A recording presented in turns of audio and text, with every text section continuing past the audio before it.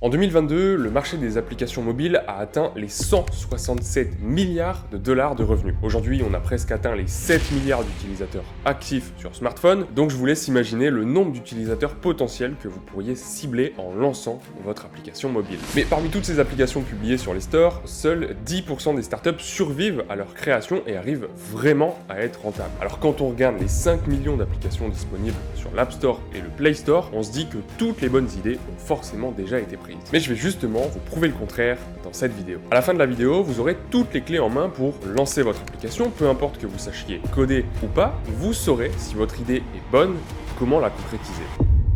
Alors, avant de commencer, j'aimerais revenir un peu sur le titre de la vidéo, comment trouver et valider son idée. En vrai, une idée, ça ne se trouve pas, et c'est d'ailleurs le plus gros mensonge de tout le monde de l'entrepreneuriat. Personne ne se réveille un matin et dit « ça y est, j'ai trouvé une idée géniale ». Ça n'existe pas. Une idée, ça ne se trouve pas, ça se façonne. On construit une idée, on ne la trouve pas comme ça par hasard en se baladant en bord de mer. Et je veux vraiment insister là-dessus pour deux raisons. La première, pour assurer déjà tous ceux d'entre vous qui se disent « j'ai envie d'entreprendre, j'ai envie de créer un business, mais j'ai pas d'idée ». Ou alors j'ai une idée mais il y a forcément quelqu'un qui l'a déjà eu. Et la deuxième, pour qu'on arrête de m'envoyer des DM en disant j'ai trouvé une idée géniale qui va révolutionner le monde et j'ai juste besoin d'un mec qui va coder ça en 2 ou 3 jours. Une idée, ça ne vaut rien sans une bonne exécution. Et pour vous le prouver, il suffit de prendre le fameux exemple de Airbnb. Louer occasionnellement une chambre de son appartement pour faire un peu d'argent, c'était pas nouveau. En 2008, quand Brian, Joey et Nathan ont lancé Airbnb, il existait déjà plein de sites pour louer une chambre chez soi. Mais la raison principale qui fait qu'aujourd'hui Airbnb soit le premier site qui vous vient en tête quand vous avez besoin de vous loger autre part que chez vous, c'est bien la manière dont ils ont exécuté leur idée. Et ils ont fait la différence grâce à plusieurs facteurs. La convivialité, Airbnb c'est la première plateforme intuitive avec une interface simple et esthétique. La confiance, ils ont introduit la vérification de profil et un système de notation pour donner confiance aux utilisateurs. Ou encore la différenciation. Airbnb met aussi l'accent sur les expériences locales, ils offrent pas juste un logement, mais une expérience avec les personnes qui vous accueillent. Ou encore une expansion intelligente. Ils se sont d'abord concentrés sur les logements autour de San Francisco pour fournir un service adapté à cette population pour ensuite s'étendre petit à petit dans le monde entier. Mais s'ils avaient directement voulu conquérir le monde, ils se seraient pris un gros mur du choc des cultures en pleine face. Bref, tout ça pour dire que votre idée n'est ni bonne ni mauvaise, il n'y a pas d'idée révolutionnaire et qu'une idée n'est rien d'autre qu'une idée. Ce qui compte, c'est comment vous allez l'exécuter, comment vous allez créer votre application, comment vous allez communiquer dessus, comment vous allez échanger avec vos premiers utilisateurs, etc. etc. C'est ça qui fera que votre business sera un succès ou un échec. Et c'est justement ça qu'on va voir dans cette vidéo. D'ailleurs, j'aimerais vous demander un truc, j'aimerais que cette vidéo ne soit pas comme toutes les autres vidéos que vous regardez en oubliant son contenu une fois terminé. J'aimerais que cette vidéo vous apporte une réelle valeur et pour ça, vous allez devoir être impliqué. À la fin de chaque étape, je vais vous demander de rédiger une petite phrase en commentaire pour vous forcer à passer à l'action et à faire avancer votre idée d'application. Alors, peu importe que vos réponses soient réfléchies ou que vous notiez ce qui vous passe par la tête, le plus important, c'est d'avoir une première base. Parce que c'est toujours plus difficile de créer quelque chose que d'améliorer l'existant. La première étape pour trouver, ou plutôt construire une bonne idée d'application, c'est de partir d'un besoin. Une application doit forcément résoudre un problème. Elle doit nous rendre la vie meilleure ou plus facile, sinon c'est une app qui ne sert à rien et personne ne la téléchargera. Mais attention non plus à pas me faire dire ce que j'ai pas dit. Une application qui résout tous les problèmes de l'humanité, ça n'existe pas et ça n'existera jamais. Donc arrêtez de vouloir créer une application qui cible tout le monde, qui résolve un problème auquel tout le monde fait face. Non, c'est impossible, c'est la meilleure manière de se planter avant même d'avoir commencé. Votre idée doit cibler un problème bien précis, un problème spécifique, une douleur particulière. Votre idée doit être la réponse à un problème, une solution plus efficace que les solutions qui existent déjà. Et justement, si vous voulez créer le nouveau Uber Eats, le nouveau Airbnb ou le prochain réseau social qui va détrôner TikTok, vous essayez de résoudre un problème global. La livraison de repas à domicile en moins d'une demi-heure, le besoin de se loger à un endroit bien précis en quelques clics, ou encore le besoin de shots de dopamine auquel on est déjà tous addicts. En voulant développer ce type d'application, vous nagez dans le grand bain, vous êtes en concurrence directe avec des entreprises qui valent plusieurs milliards, qui ont des centaines d'employés et qui existent pour la plupart déjà depuis 10 ans. Donc au lieu d'essayer de nager dans le grand bain et d'être en concurrence directe avec les requins, vous avec votre petite taille et votre business qui n'en est qu'au stade d'idée, vous allez plutôt vous placer dans un petit lac tranquille où vous aurez beaucoup plus de chances d'être le plus gros des petits poissons. En d'autres termes, si vous n'avez toujours pas compris la métaphore, plus vous ciblez un problème spécifique et donc plus vous vous adressez à un marché restreint, plus vous avez de chances de de le conquérir plus facilement. Mais maintenant, comment faire pour trouver un lac tranquille et donc une idée de problème bien précis à résoudre? Et bien pour ça, il n'y a pas plus simple, observez juste vos journées. En analysant vos routines, comment vous passez votre temps, en analysant les différentes tâches que vous faites dans la journée et en repérant celles qui vous prennent le plus de temps et qui sont le moins kiffantes, vous allez naturellement repérer des mini-problèmes dans votre quotidien. Et on s'en fout complètement que ce soit un problème qui ne concerne que vous, dans votre entourage, ou auquel seul un petit groupe de personnes font face. Ça peut être par exemple le soir quand vous rentrez à 20h du boulot, vous avez la flemme de cuisiner et vous vous retrouvez toujours à commander un fast-food, ou alors quand vous lisez un livre, vous n'arrivez pas à prendre des notes et vous oubliez tous les conseils qui sont donnés, ou encore quand vous codez au boulot, vous n'arrivez jamais à vous concentrer plus d'une demi-heure. Peu importe, l'objectif c'est de trouver un petit problème et surtout un problème spécifique auquel vous faites face. Pour reprendre l'exemple d'Airbnb, ils se sont pas juste dit tiens, on va créer une plateforme pour inviter des inconnus à dormir chez soi. Non, ils sont partis d'un problème. Quand les gars sont arrivés à New York, ils avaient pas de job, donc forcément, ils ont galéré à payer leur loyer et ils avaient besoin d'argent, et ils ont regardé par hasard des hôtels autour d'eux et ils se sont rendus compte que tout était complet à cause d'une convention qui se déroulait en même temps. Du coup, ils ont eu l'idée d'acheter un matelas gonflable et de proposer un endroit où dormir et un bon petit-déj, et c'est de là qu'est né Airbnb. Alors, comme promis en introduction, c'est à votre tour de vous exprimer. Pour cette première étape, vous allez mettre en pause cette vidéo et me donner en commentaire le problème que vous allez cibler. Donc, cliquez sur pause, écrivez #1 pour l'étape 1, puis le problème que vous allez cibler. Et n'hésitez pas aussi à regarder les commentaires des autres pour vous en inspirer. C'est bon, on passe à la seconde étape.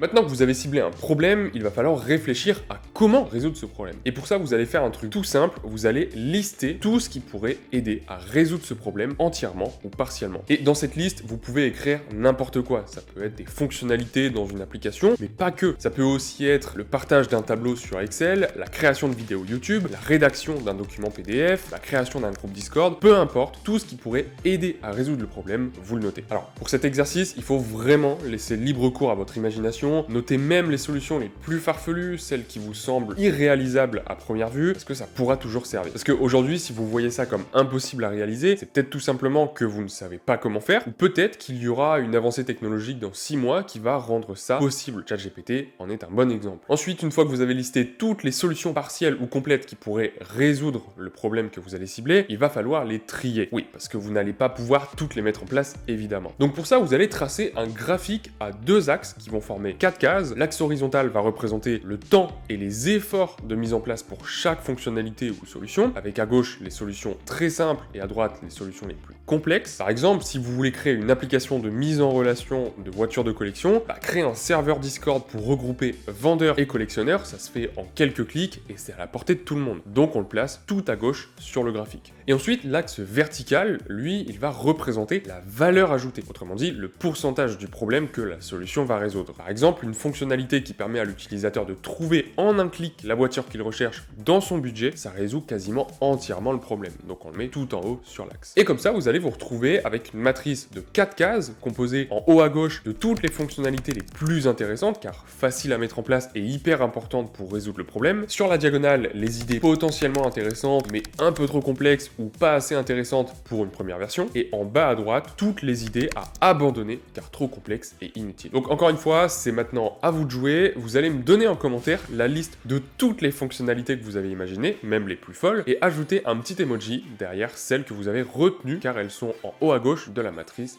valeur complexité. On passe maintenant à la troisième étape qui va être l'analyse de la concurrence. Cette étape, elle est assez simple et elle va déjà vous permettre de valider en partie votre idée et même vous donner quelques idées de fonctionnalités à ajouter ou de solutions à apporter dans votre application. Pour cette troisième partie, vous allez tout simplement repartir du problème que vous avez défini en étape 1 et vous allez vous demander si j'avais ce problème, quelles sont les 5 applications que j'installerais sur mon smartphone. Et c'est hyper important de réfléchir en termes de problèmes à résoudre plutôt que de solutions à apporter. Pourquoi? Parce que si vous voulez créer une application de sport par exemple, qui est donc la solution, vous allez partir de la solution et chercher les 5 applications de sport les plus connues. Et au contraire, si vous partez du problème que vous ciblez, donc ça pourrait être par exemple l'envie de se construire un physique plus sculpté quand on n'a pas le temps d'aller 2 heures par jour à la salle, eh bien vous allez tomber sur plusieurs types d'applications, comme par exemple une application d'exercice à faire à la maison, une application de recettes faciles et riches en protéines, une application qui analyse votre sommeil pour mieux dormir, parce qu'on sait que le sommeil joue un rôle hyper important dans la construction des muscles. Bref, pensez au problème et réfléchissez aux applications qui pourraient résoudre ce problème. Et ensuite, pour chacune de ces applications, vous allez aller sur l'App Store, regarder les avis qui ont été postés et vous regardez les avis les moins bien notés. Alors attention, parce que souvent les avis 1 étoile, c'est souvent des rageux qui n'ont pas compris comment utiliser l'application. Mais en regardant les 2 ou 3 étoiles, vous allez récolter pas mal d'informations en or de la part des utilisateurs qui ont voulu résoudre le problème que vous allez cibler, mais qui n'ont pas réussi avec cette application. Et grâce à ces avis, vous allez pouvoir détecter ce qui manque aux applications existantes pour pouvoir l'implémenter dans la vôtre. Donc pour cette troisième étape, mettez-moi encore une fois la vidéo sur pause et donnez-moi en commentaire les 5 applications existantes qui résolvent le problème que vous allez cibler et les 3 critiques qui reviennent le plus souvent de la part de ces utilisateurs. Maintenant que vous avez listé les principales applications avec lesquelles vous seriez en concurrence et donc qui vous empêcheraient d'attirer vos premiers utilisateurs, vous êtes peut-être un petit peu en panique parce que vous vous rendez compte que votre idée n'est pas si originale et qu'il existe déjà pas mal de solutions similaires à la vôtre. Mais voyez ça comme une bonne nouvelle, premièrement parce que si aucune app ne ressemble à la vôtre, c'est que la vôtre n'existera jamais. Rappelez-vous ce que je vous ai dit au début, aucune idée n'est originale si on prend en compte le fait qu'il y a déjà forcément quelqu'un dans le monde qui a eu la même idée que vous. Donc si votre solution au problème ciblé n'existe pas, c'est soit parce que c'est impossible à réaliser, soit parce que personne n'en veut. Et deuxièmement, parce que en trouvant des idées d'applications similaires à la vôtre, vous savez déjà où se trouvent vos utilisateurs de rêve, ceux pour qui vous allez développer votre idée. Et encore plus important, vous avez déjà des retours précieux de leur part dans les avis sur l'App Store. Mais maintenant, vous allez vous demander comment faire pour se différencier des solutions existantes et en créer une autre qui soit plus adaptée à vos futurs utilisateurs. Eh bien, la réponse est simple, en entrant dans ce qu'on appelle une niche. Une niche, c'est tout simplement un petit segment de marché de personnes ayant des caractéristiques, des envies ou des besoins très spécifiques. Par exemple, au lieu de créer une application de muscu et de s'adresser à tous ceux qui veulent s'initier à ce sport, vous pourriez cibler les entrepreneurs qui aiment les données mais qui n'ont pas forcément le temps de passer 2 heures à la salle et donc qui veulent un ensemble de conseils pour pouvoir avoir les exercices les plus efficaces qui prennent le moins de temps tout en traquant le résultat dans l'application. Et là, vous êtes clairement dans une niche. Donc vous savez maintenant ce que vous devez ajouter dans votre application et ce que vous devez mettre de côté parce que les autres font déjà mieux que vous. Autre exemple, si vous voulez résoudre le problème de je veux rouler dans une belle voiture mais j'ai pas les moyens d'acheter une 911 neuve, vous pourriez créer une application qui permette de louer des petites sportives entre particuliers sur quelques jours. Comme ça, vous ciblez les passionnés de sport automobile qui n'ont pas énormément de budget et qui recherchent avant tout les sensations plutôt que le prestige. Et ça, encore une fois, c'est une niche. Donc maintenant, à vous de jouer, donnez-moi en commentaire la niche dans laquelle vous allez vous placer pour résoudre un problème spécifique en décrivant les caractéristiques de l'utilisateur idéal que vous allez cibler. Alors avant de passer à la prochaine étape, si vous voulez développer vos propres applications iOS et en faire votre job principal, que ce soit en intégrant une grande boîte, en devenant freelance ou en créant votre propre startup, mais que vous êtes perdu entre toutes les compétences que vous allez devoir acquérir, on a créé une plateforme spécialement pour ça qui va vous guider pas à pas en fonction de votre objectif. Cette plateforme est déjà dispo en version bêta à l'heure où je vous parle, vous pouvez la retrouver en tapant swiftui.io ou en cliquant sur le premier lien dans la description. On a déjà mis en ligne plein de cours comme les bases du SwiftUI, les notions avancées du SwiftUI, le UI design ou encore comment créer un clone de Airbnb ou utiliser des API comme TheMovieDB que vous connaissez déjà sûrement. Donc n'hésitez pas, vous pouvez la tester gratuitement et je suis sûr que vous allez kiffer.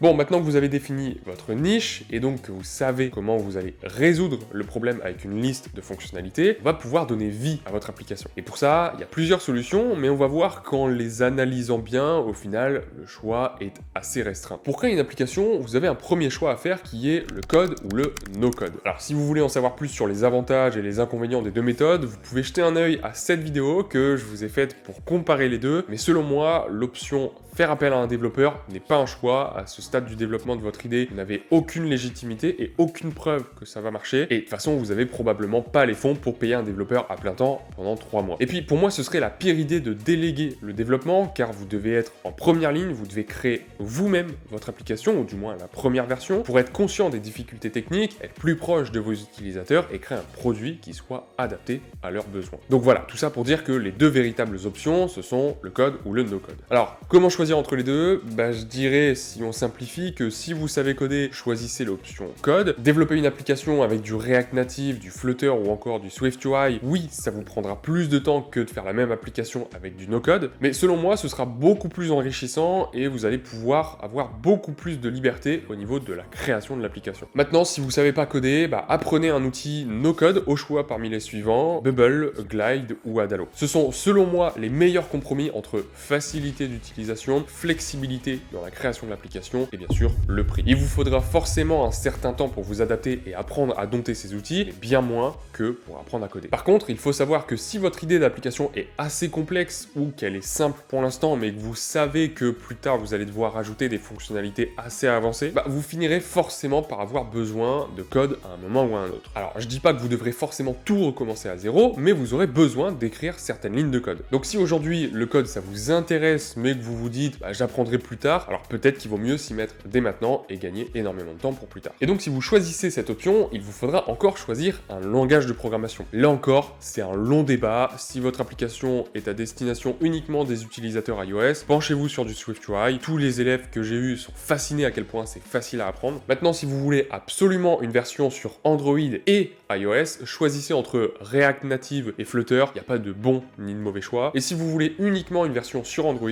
le Java ou le Kotlin feront très bien l'affaire. Moi perso, je suis pas fan et j'ai encore moins envie de tester quand mes élèves m'expliquent tout ce qu'il faut faire pour obtenir le même résultat qu'un truc que je leur montre en SwiftUI et qui prend 3 lignes. Donc avant de passer à l'étape numéro 6, je vous laisse me dire en commentaire quel outil vous choisissez, si vous partez sur du code ou du no-code, et quel site ou quel langage vous fait le plus envie pour le moment. Maintenant, vous allez devoir confronter votre application à la réalité. Parce que depuis le début, à part regarder quelques avis sur les plateformes d'application, au final, on sait pas trop si votre idée a du potentiel, si elle peut plaire, ou s'il y a que vous qui la trouvez géniale. Et ne vous faites pas d'illusions là-dessus, je vous promets qu'il y a bien moins de monde qui est intéressé que ce que vous pensez. Donc à ce stade, vous avez une application qui est en ligne, où vous êtes en train de la développer, elle est simple, basique, elle a peu de fonctionnalités, mais elle répond déjà aux problèmes ciblés. Déjà, ça c'est une bonne nouvelle. Mais maintenant, vous allez devoir la tester, la confronter aux utilisateurs, récolter leurs avis et améliorer l'application en fonction de tout ça. Une application, un site, une startup en général, ça se construit avec ses utilisateurs. C'est simple, c'est limite eux qui devraient décider quelle est la prochaine fonctionnalité qui va sortir. C'est bien pour ça qu'aujourd'hui, énormément de startups proposent à leurs propres utilisateurs leurs idées d'amélioration et procèdent à un vote pour savoir lesquelles seront les prochaines sur le site. Mais pour récupérer les avis des utilisateurs, faut-il encore avoir des utilisateurs. Et pour ça, j'ai une bonne nouvelle, vous avez la chance de vivre dans un monde où il n'a jamais été aussi facile de se faire découvrir. TikTok, Instagram et YouTube sont des outils juste incroyables pour faire découvrir son idée sans être riche, sans être surdoué, juste en créant des vidéos avec du matériel bas de gamme ou un simple smartphone. Donc durant le processus de création de votre application, même lorsque la première version n'est pas encore publiée, vous devez créer du contenu. Commencez d'abord par créer une petite dizaine de vidéos au format court pour parler du problème que vous ciblez, des différentes solutions pour le résoudre et même pourquoi pas de votre future application. Vous publiez tout ça sur YouTube Short, Instagram ou TikTok et vous continuez comme ça encore et encore pendant tout le long de création de l'application. C'est aujourd'hui le moyen le plus simple d'attirer des utilisateurs sur votre application sans dépenser un rond. Donc pour cette 6e étape, je vous demanderai bien de partager en commentaire vos créations, que ce soit sur Instagram, TikTok ou même sur YouTube, mais pour le coup, je doute que vous puissiez créer 10 vidéos en quelques secondes. Du coup, ce que vous allez faire, c'est que vous allez mettre encore une fois en pause cette vidéo, vous allez créer un compte sur TikTok, Instagram ou YouTube, peu importe, et en commentaire, vous allez écrire #6 suivi du nom de compte que vous venez de créer et sur lequel vous allez poster du contenu en rapport avec votre future application. Et promis, j'irai voir au bout d'une semaine les vidéos que vous aurez publiées. Et voilà, grâce à ces 6 étapes, vous avez maintenant une application fonctionnelle qui est en version bêta certes, mais qui a au moins le mérite de pouvoir être utilisée. Et je dis mérite parce que je peux vous assurer qu'il y a très peu de gens qui font l'effort d'aller jusqu'à créer une première version. Il y a tellement de personnes qui ont une idée en tête, qui cherchent pendant 2 jours un développeur et qui se rendent compte que ça va leur coûter le prix d'un appartement et du coup ils cherchent même pas à créer eux-mêmes une version simplifiée de leur idée pour pouvoir faire leurs preuves. Comme je vous disais dans l'étape numéro 1, c'est plus facile d'améliorer quelque chose d'existant que de créer quelque chose en partant de zéro. Une fois que vous aurez votre première version, le reste va couler de source parce que vous n'aurez plus qu'à analyser les retours de vos utilisateurs, et prendre en compte et améliorer petit à petit et constamment votre application. Donc pour rappel, si vous voulez apprendre le développement iOS, vous pouvez aller sur le site swiftway.io qui propose plein de cours différents. Partagez vos idées d'application en commentaire et nous on se dit à très bientôt pour une prochaine vidéo.